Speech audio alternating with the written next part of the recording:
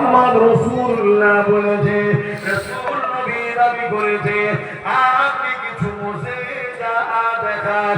আল্লাহ নবী বললে, এ হাবিব আমানি কি দেখতে চাও? হাবিব আমানি আসমানের দিকে তাকালে পূর্ণিমার চাঁদ, গোল চাঁদ উঠেছে। আল্লাহ নবীকে বললে, এ হাবিব আমানি বললে, ও মুহাম্মদ রাসূলুল্লাহ আপনি যদি নবী হন ওই চাঁদটাকে দুটুকরো করে দেখান। এখানে একটা জিনিস বুঝবে, জাদু জমিনের উপরে চলে, জাদু আসমানের উপরে চলে না। জাদু জিনিসটা কি? মানুষের চোখের উপরে এমন করে চোখকে ধোকা দেওয়া হয়। হাবিব আমানি জানে জাদু দুনিয়াতে চলে, আসমানে চলে না। এই নবী যদি হয় অবশ্যই আসমানে তার ক্ষমতা চলবে, জাদুঘর হলে চলবে না। কারণ আবু জেহেল বলেছে মুহাম্মদ রাসূল অনেক বড় জাদুঘর। এই হাবিব আমানি পরীক্ষা করতে লেগেছে ইনি আবু জেহেলের কথা সত্যি জাদুঘর না আখিরি নবী নূর নবী মুহাম্মদ রাসূলুল্লাহ সত্যি নবী। এই জন্য হাবিব আমানি বলল, তুমি আকাশের চাঁদকে দুটুকরো করে দেখাও।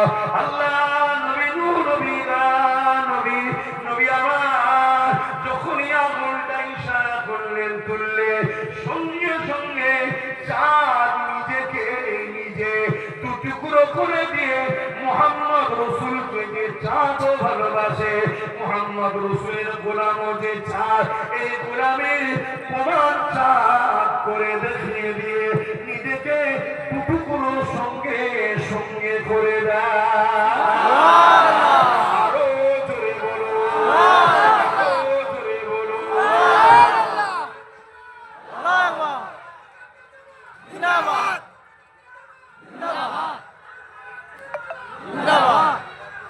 জিন্দাবাদ, আল্লাহ আমাদের সরদার নবী। এই যুবক, কার পিছনে ছোট, কাকে নেতা লিডার বলে মানো, কার অনুসরণ করো, কার কথা মতো চলো, সব বাদ দাও, মুহাম্মদ রাসূলকে ধরো, হুজুরের নেতৃত্ব মানো, হুজুরকে লিডার মানো, হুজুরকে রাসূল মানো, হুজুরকে শাহিনশাহ মানো।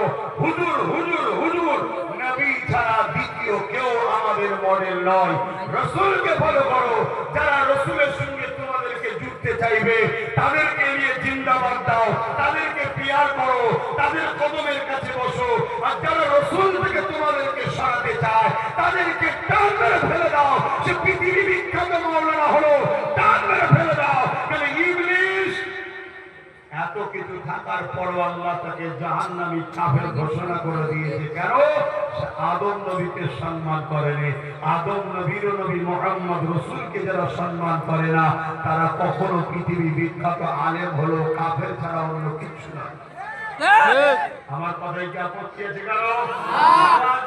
ঠিক বললাম না ভুল বললাম?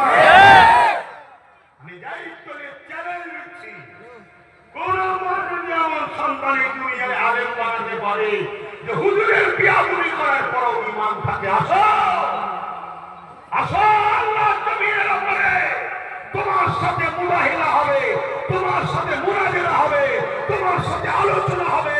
আমার রাসূলের মুস্তাক যারা, আমার নবীর শানে যারা বিয়াদবি করে, আরে নবী তো অনেক উঁচু ব্যাপার। নবীর জুব্বা মুবারক, নবীর দাড়ি টুপি পাগড়ি, নবীর ব্যবহারের জিনিসকে নিয়ে কেউ তুচ্ছ তাচ্ছিল্য করলে সব কাফের হয়ে যাবে। কেন? হুজুরকে আল্লাহ সব থেকে বেশি শানওয়ালা করেছে। জোরে বলুন সুবহানাল্লাহ।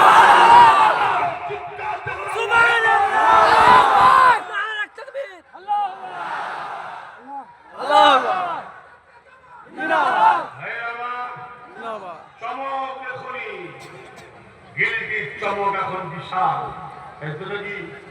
চমক দেখুনি, অরিজিনালটা দেখো, সোনা না গিলটি।